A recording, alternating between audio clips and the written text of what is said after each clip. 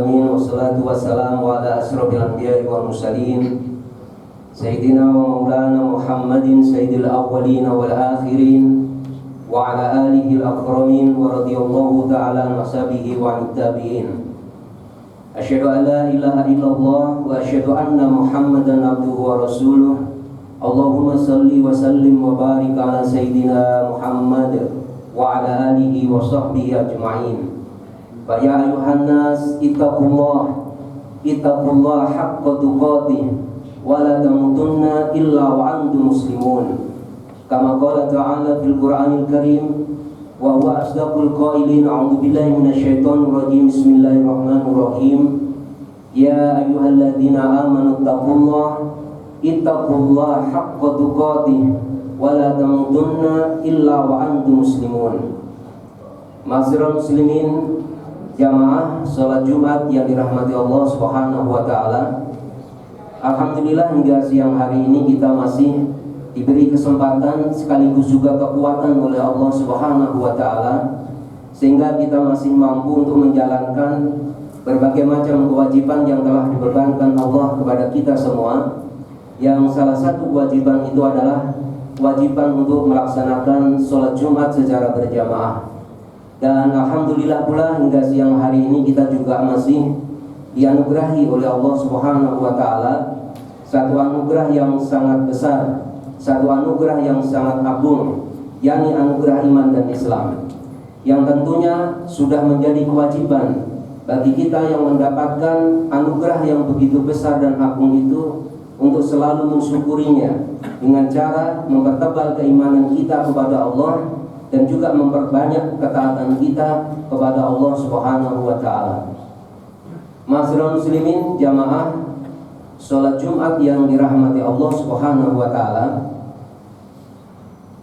melalui mimbar yang mulia ini khatib sekali lagi ingin mengingatkan wabil khusus kepada khatib sendiri dan juga para jamaah yang dirahmati Allah Subhanahu wa taala, sesungguhnya keimanan dan keislaman yang telah Allah anugerahkan kepada kita semua itu benar-benar satu nikmat yang sangat besar, satu nikmat yang wajib bagi kita untuk selalu menjaga dan memeliharanya agar nikmat tersebut selalu ada di dalam diri kita. Mengapa iman dan Islam oleh para alim ulama disebut sebagai nikmat terbesar, nikmat teragung yang diberikan Allah kepada umat manusia? Karena iman dan Islam adalah kunci agar seseorang bisa mendapatkan ridho dan masuk ke dalam surganya Allah Subhanahu wa taala. Barang siapa orang yang memiliki iman dan Islam, maka pasti dia akan bisa memasuki surganya Allah Subhanahu wa taala. Sebaliknya para jamaah yang dirahmati Allah Subhanahu wa taala, pada saat orang tidak memiliki iman dan Islam, maka seluruh amal perbuatan yang ia lakukan tidak akan pernah mendapatkan ridho dan balasan dari Allah Subhanahu wa taala. Dan orang tersebut pasti tidak akan bisa memasuki surganya Allah Subhanahu wa taala.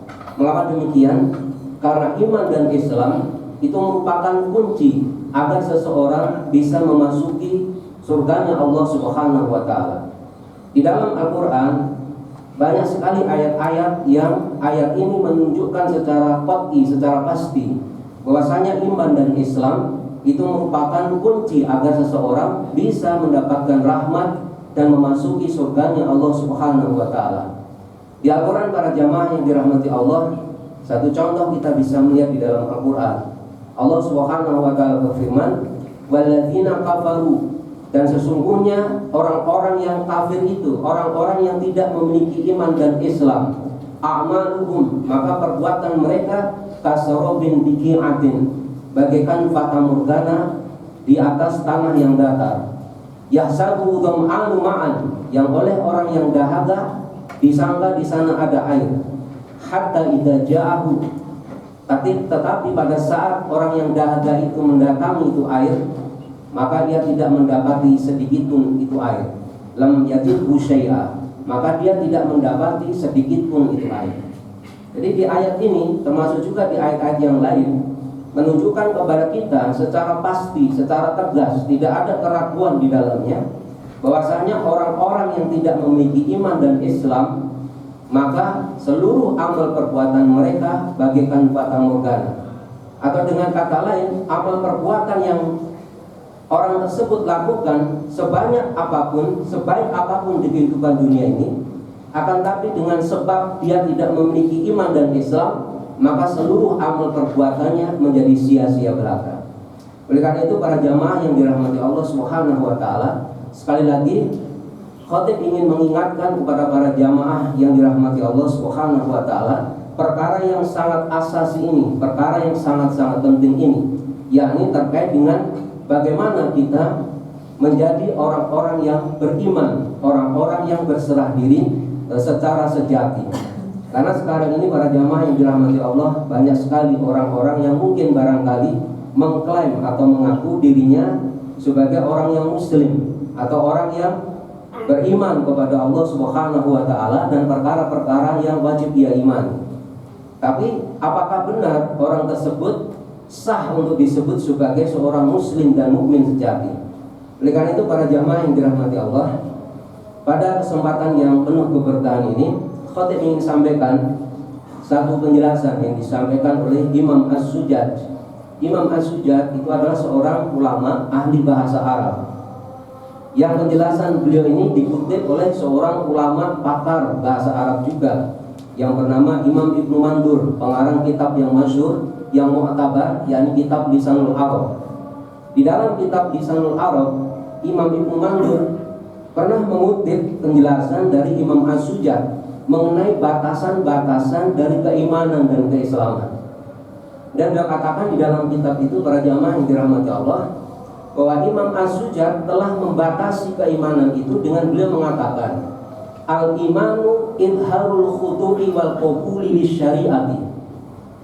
Iman dan Islam itu adalah menampakkan, jadi idhar harus ditampakkan, menampakkan ketundukan dan penerimaan terhadap syariah atau yang kita kenal dengan hukum-hukum Islam atau syariat Islam. Jadi yang pertama, seseorang itu baru absah disebut mukmin dan muslim sejati, batasannya adalah dia menampakkan ketundukan dan penerimaan terhadap syariah. Sehingga kalau ada seorang muslim tidak menampakkan ketundukan dan penerimaan terhadap hukum-hukum Islam, maka sesungguhnya dia belum memenuhi batasan-batasan dari iman. Dan yang kedua beliau katakan, walima atabihin nabiyyu sallallahu alaihi wa alihi wasallam. Batasan yang kedua adalah orang itu juga menampakkan ketundukan dan penerimaan terhadap semua apa yang dibawa oleh baginda Nabi Muhammad sallallahu alaihi wa alihi wasallam. Jadi para jamaah, kalau baginda Nabi sallallahu alaihi wasallam membawa kepada kita satu sistem hukum, satu sistem keyakinan, meskipun barangkali kalau kita menggunakan standar yang lain, misalnya standar toleransi atau moderasi, mungkin barangkali apa yang dibawa oleh Nabi ini tidak toleransi atau tidak moderat. Tapi kita sebagai seorang muslim wajib untuk selalu tunduk dan menerima pada semua apa yang dibawa oleh baginda Nabi Muhammad SAW. Satu contoh para jamaah yang dirahmati Allah, satu contoh yang sederhana di dalam Islam, dan ini juga termasuk di dalam kitab-kitab fikih yang dikarang oleh ulama-ulama ternama. Di antara perkara yang dibenci di dalam Islam, dan itu termasuk bagian dari dosa besar, itu adalah melakukan hubungan sejenis. Jadi hubungan sejenis dalam bentuk apapun, entah itu dalam bentuk lesbian, jadi wanita suka dengan wanita, atau laki-laki suka dengan laki-laki yang kita kenal dengan gay, atau misalnya orang melakukan bestiality, melakukan hubungan dengan hewan, maka itu termasuk dosa besar. Dan hukum atau sistem aturan yang dibawa oleh baginda Nabi, dan itu diwajibkan bagi kita untuk tunduk dan menerimanya, adalah orang yang melakukan perbuatan kaumnya Nabi Lut alaihissalam, maka dia dikenai hukuman atau sanksi yang sangat berat. Jadi sanksinya adalah hukuman mati, itu kalau dalam Islam. Lalu bagaimana sikap kita sebagai seorang yang mengaku muslim dan mukmin terhadap apa yang diputuskan oleh Nabi ini? Maka kita harus idharul khudu'i wal qabuli. harus menampakkan ketundukan dan penerimaan terhadap semua apa yang dibawa oleh baginda Nabi Muhammad SAW. Jadi para jamaah kita ini dilarang misalnya memberikan satu sifat atau satu cap kepada syariatnya baginda Nabi atau semua apa yang dibawa oleh baginda Nabi SAW itu tidak adil atau tidak baik atau tidak update lagi. Ini tidak dilarang di dalam agama kita, agama Islam. Dan beliau katakan lebih lanjut, wa'tiqaduhu wa tasdiquhu biqalbi. Kemudian dia meyakini dan membenarkan di dalam hati. Maksudnya membenarkan syariatnya Nabi SAW dan semua apa yang dibawa oleh baginda Nabi Muhammad SAW. Dan Imam As-Sujad melanjutkan kembali di dalam kitab Lisanul Arab yang ditulis oleh Imam Ibnu Mandur, faman kana ala hadis sifat, barang siapa orang yang berada di atas sifat itu, artinya orang itu memiliki sifat-sifat yang tadi beliau sebutkan, menampakkan ketundukan dan penerimaan terhadap syariah dan semua apa yang dibawa oleh baginda Nabi Muhammad SAW, wa huwa mu'minun muslimun ghairu murtabin wala syakin, maka dia adalah seorang mukmin dan muslim yang tidak perlu diragukan dan tidak perlu lagi diwaksangka keislaman dan keimanannya. Kemudian karakter yang ketiga atau batasan ketiga adalah beliau katakan bahwa alladzi yara, bahwa seorang muslim dan mukmin yang tidak diragukan keimanan dan keislamannya itu adalah orang yang selalu memandang, orang yang selalu melihat ana ada al-faraid wajibun alaihi, bahwa melaksanakan kefarduan-kefarduan yang dibebankan Allah atas dirinya itu merupakan kewajiban. Jadi para jamaah, tidak ada ceritanya kalau ada seorang mengaku muslim, mengaku mukmin sejati, kok di dalam hatinya terbersit satu keinginan untuk meninggalkan kefarduan-kefarduan atau kewajiban-kewajiban yang dibebankan Allah atas dirinya.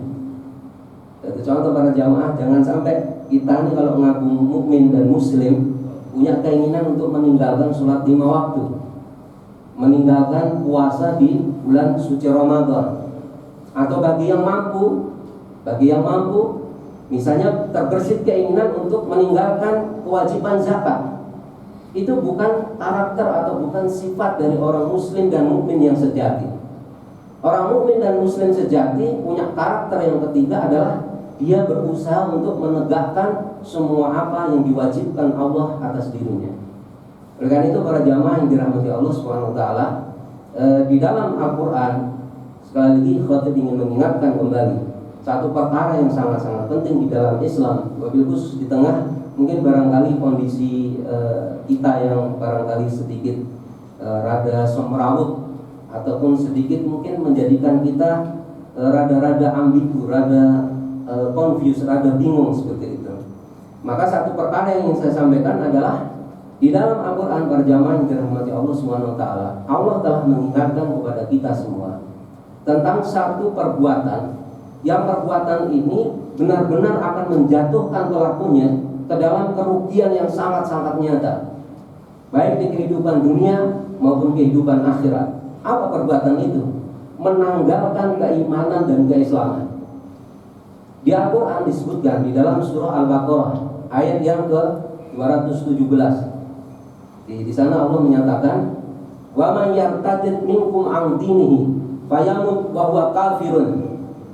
Barang siapa di antara kalian yang murtad dari agamanya, jadi keluar dari agama Islam, menanggalkan keimanan dan keislaman yang telah Allah berikan kepada dirinya, dan dia meninggal dan tetap dalam keadaan murtad dari agama Islam, maka Allah mengatakan faulaika habitat a'maluhum fid dunya wal akhirah.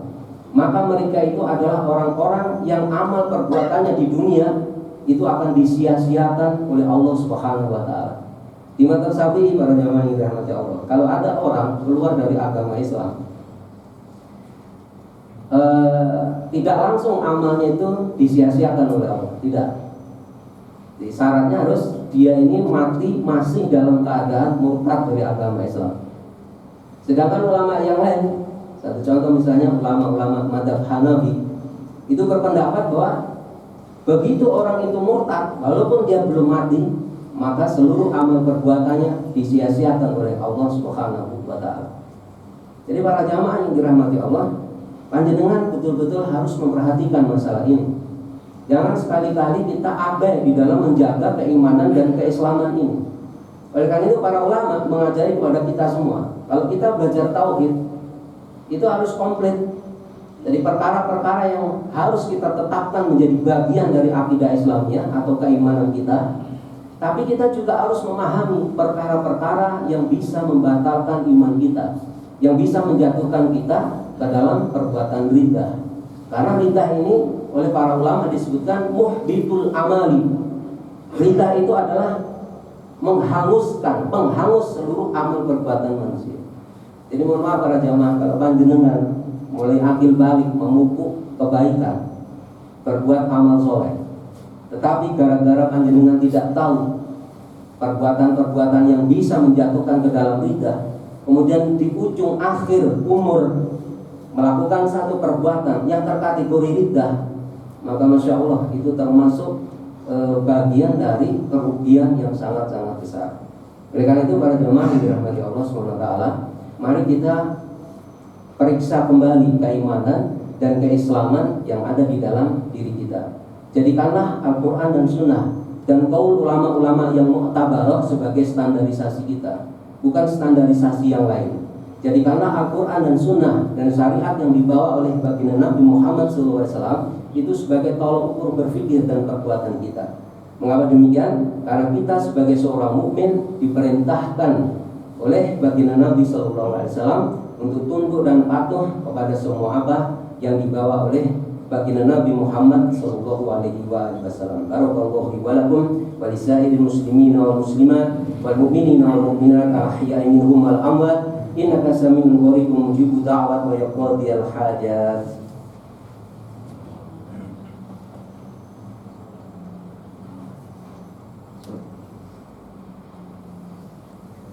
Hamidanillahi wa musalliyan ala rasulillahi sallallahu alaihi wa alihi wasallam.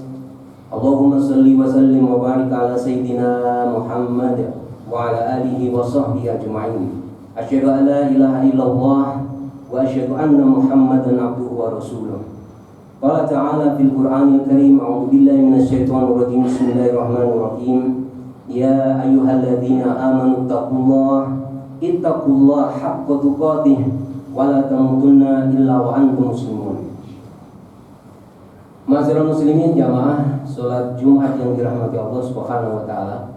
Pada khutbah yang kedua ini, khatib ingin menyampaikan satu makalah. Makalah ini artinya adalah statement yang disampaikan oleh seorang ulama mutaakhir, akan tapi ulama ini masyhur. Insya Allah mungkin barangkali kita kenal. Beliau adalah Asy-Syaikh Profesor Dr. Wahbah Al-Zuhaili. Di dalam salah satu kitab yang beliau karang yang berjudul Al-Fiqhul Al-Islami wa Adilatuh, fikih Islam dan juga dalil-dalilnya, beliau pernah menjelaskan kepada kita semua para jamaah tentang perbuatan-perbuatan yang termasuk kategori riddah, termasuk kategori kekufuran, keluar dari agama Islam. Yang kita para jamaah yang dirahmati Allah benar-benar wajib memperhatikan penjelasan beliau ini, dan kita tidak boleh remehkan, kita tidak boleh anggap ringan penjelasan beliau ini. Beliau mengatakan para jamaah yang dirahmati Allah di dalam kitab Al-Fiqhul Islami wa Adilatuh, wa inkaru hukmin min ahkami syariah allati subitat bidalilin qat'in au da'mu qaswati hukmin ma kal hududi masalan au ida'u adami salahiyati syariah li tatbiq yu'tabaru kufran wa riddatan anil Islam. Terjemah beliau mengatakan yang mungkin barangkali kurang lebihnya kalau diterjemahkan seperti ini: mengingkari salah satu hukum dari hukum-hukum syariah yang ditetapkan berdasarkan dalil qat'i. Ingat, ini hukum syariah yang ditetapkan berdasarkan dalil qat'i. Satu contoh misalnya, hukum syariat yang ditetapkan berdasarkan dalil qat'i, sholat 5 waktu, puasa di bulan suci Ramadan, itu adalah hukum syariah yang ditetapkan berdasarkan dalil qat'i. Barang siapa orang yang mengingkari salah satu hukum dari hukum-hukum syariah yang ditetapkan berdasarkan dalil qat'i, atau ada orang menuduh jahatnya hukum-hukum syariat. Jadi hukum-hukum Nabi dianggap jahat, nggak pantas diterapkan. Satu contoh, di dalam Islam kalau ada orang membunuh dengan sengaja, kemudian wali dari pihak yang terbunuh tidak memberikan maaf, maka dia dikenai hukuman bunuh balik atau yang kita kenal dengan qisas. Dan di dalam Islam, dalam peradilan Islam itu masih menggunakan sumpah sebagai bayinah, sebagai alat bukti. Ya mungkin barangkali kalau sekarang di hukum sekarang itu dihapus sumpah karena dianggap melanggar hak asasi umat manusia. Tapi itu ada di dalam Islam. Jadi kalau ada orang menuduh jahatnya hukum Islam itu tidak pantas, hukum jilid tidak pantas, nggak boleh diterapkan kembali. Atau ada orang mempropagandakan tidak layaknya syariat Islam untuk diterapkan. Mungkin alasannya kita ini plural, majemuk dan macam-macam. Itu kan seakan-akan menuduh syariat Islam tidak bisa atau tidak mampu mengatur pluralitas. Kalau kita lihat dalam sejarah para jamaah, hukum Islam jauh lebih berpengalaman, bahkan jauh lebih baik di dalam mengatur keragaman atau kemajemukan. Maka beliau katakan, yu'tabaru kufran, itu dianggap kekufuran, baridatan anil Islam, dan itu dianggap keluar dari agama Islam. Tetapi kalau yang dia tolak itu hukum syariat yang ditetapkan berdasarkan dalil dhani, tidak ada jalan bagi kita untuk menganggap orang itu keluar dari agama Islam kalau hukumnya itu ditetapkan berdasarkan dalil dhani. Yang boleh kita anggap itu orang keluar dari agama Islam kalau dia mengingkari atau menuduh atau dia mengatakan tidak layak untuk diterapkan hukum-hukum yang ditetapkan berdasarkan dalil yang sifatnya qat'i. Karena itu para jamaah yang dirahmati Allah SWT, sebelum kita akhiri dengan kita berdoa, khatib ingin mengingatkan kembali, mari kita pelajari agama kita, agama Islam dengan benar. Jangan sampai begini, kita sudah diberi anugerah oleh Allah, iman dan Islam, Masya Allah, ini anugerah yang sangat agung, sangat besar. Bahkan kalau panjenengan timbang dengan semua apa yang ada di langit dan muka bumi, itu tidak sebanding dengan iman dan Islam. Oleh karena itu jangan sampai gadaikan iman dan Islam kita ini hanya untuk dunia yang kecil. Nah, di antara perkara yang bisa menjadikan kita memelihara dan melindungi iman dan Islam kita adalah mempelajari Islam dengan benar.